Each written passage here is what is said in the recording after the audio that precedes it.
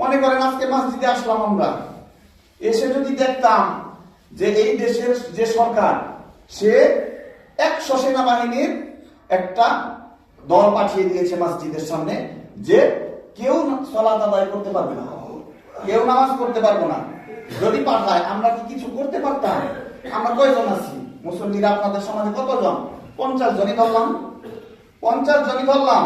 যদি এরকম হতো যে তারা অস্ত্র শস্ত্রে সজ্জিত মসজিদের সামনে, ভারতে কিন্তু এরকম হয়, মসজিদ বন্ধ করছে, মসজিদ ভেঙে দিয়েছে ভারতে, হিন্দুস্তানে মুসলিমরা সালাত আদায় করছে তখন লাঠি মেরেছে মুসল্লিদের পুলিশ, ভারতীয় হিন্দুস্তানি মুসলিম পুলিশেরা। বাংলাদেশের যদি কারো হাতে এরকম শাসক হয়, কেউ কারো হাতে যদি ক্ষমতা যায় যে যারা মসজিদ বন্ধ করে দিবে, আমরা কি করতে পারবো?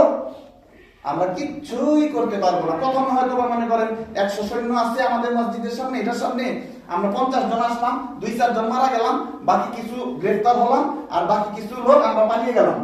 কিন্তু ফলাফল কিন্তু হলো যে আমরা মসজিদে সালাত আদায় করতে পারলাম না। তাহলে দেখা যাচ্ছে আমাদের দিনকে রাষ্ট্রে কায়েম করা অত্যন্ত জরুরি।